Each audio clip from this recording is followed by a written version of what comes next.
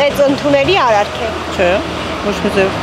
չի ախրացում։ Ինչի համար կամ ում կարելի է առհասարակ ծեծել։ Ոչ մեկին։ Նույնիսկ կենթանուն չի կարելի։ Հայոյելու դեպքում կարելի է։ Ոչ։ Իսկ եթե օրինակ կինը ամուսնուն դավաճանի, ամուսին իրավունք ունի ծեծելու կնոջը կամ հակառակը։ Ոչ, կա դատարան։ Դիմեք դատարանին։ Ոչ։ Ինչ։ Ծեծը։ Չէ, միանշանակ չէ։ Իսկ եթե հայոյում են, կարելի է ծեծել։ Ոչ, չի կարելի։ Ընդհանրապես ոչ։ Ինչի համար ընդհանրապես կարելի է ծեծել։ Ընդհանրապես եթե մարդը լեզու ունի, կարող է բացատրի, բալիկ ջան։ Ձեռքով ոչինչ չեն բանանում, բացատրում մարդը։ Իսկ եթե հայոյում են, կարելի է հայոյանքի համար ծեծել։ Չէ։ Ընդհանրապես, բայց գիտեք ինչի մարդիկ այնքան ջղային են, ջղագրգիր են, որ ամեն ինչ էլ իրենց դուլ են տալիս, պայմաններից ելնելով։ Ես չեմ անետես։ Ինչի համար կարելի է ծեծել։ Ծեծել ընդհանրապես չի կարելի։ Բայց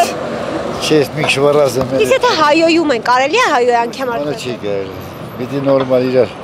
հարգանքով վերաբերվեն։ Իսկ եթե ընդհանրենք ինչ պիտի անի կինը, որ ամուսինը ծեծի նրան։ Դե պիտի թողի ուրիշ ամուսին չարի։ Եթե օրինակ կինը դավաճանի ամուսինը իրավունք ունի ծեծելու։ Ծեծելը չէ պիտի բաժանելի։ Ոչ, անընդունելի է։ Իսկ եթե հայոյում են, հայոյելու դեպքում կարելի է ծեծել։ Գիտեք, նայած դեպքում Ում եւ ինչի համար կարելի է ծեծել։ Ընդհանրապես ոչ մեկին չի կարելի ծեծել, ես համերաշխ մարդ եմ, խաղաղ մարդ եմ, համերաշխության կողմնակից եմ։ Եթե ամուսինը դավաճանում է, կինը իրավունք ունի ծեծելու ամուսին։ Ամուսնուն այդ անհնարին բան, ոնց կարող է պատահել։ Իսկ հակառակը, եթե կինն է դավաճանում, ամուսինը կարող է ծեծել։ Իհարկե։ Այդ ժամանակ Ձեր կարծիքով ծեծն ընդունելի է։ ոչ, Ինչի համար առասարակ կարելի է ծեծել, կամ ում կարելի է ծեծել։ ոչ մեկին։ Եթե հայոյում են այդ դեպքում էլ չի կարելի ծեծել։ Ոչ։ Իհարկե ոչ։ Իհարկե ոչ։ Ում կամ ինչի համար կարելի է ծեծել։ Ինչ թվում է որ չի կարելի ծեծել։ Մեր պարեկներին էլ հարցնեք կասեք, էլի։ Նայած ինչ պատճառով։ Հայոյանքի համար օրինակ կարելի է ծեծել։ Ինձ թվում է հա։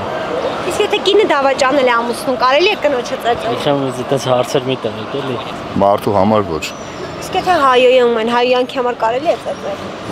Ոչ մի բանի համար ծեծել չի կարելի մարդուն, իմ կարծիքով։ Իսկ եթե կինը դավաճանի ամուսին իրավունք ունի ծեծելու կամ Լիք այլ հակառակը։ տարբերակներ կան, ինչի ծեծել։ Իսկ եթե ամուսինն է դավաճանում, Կինը ծեծի կարող է, կինը կարող է ծեծել։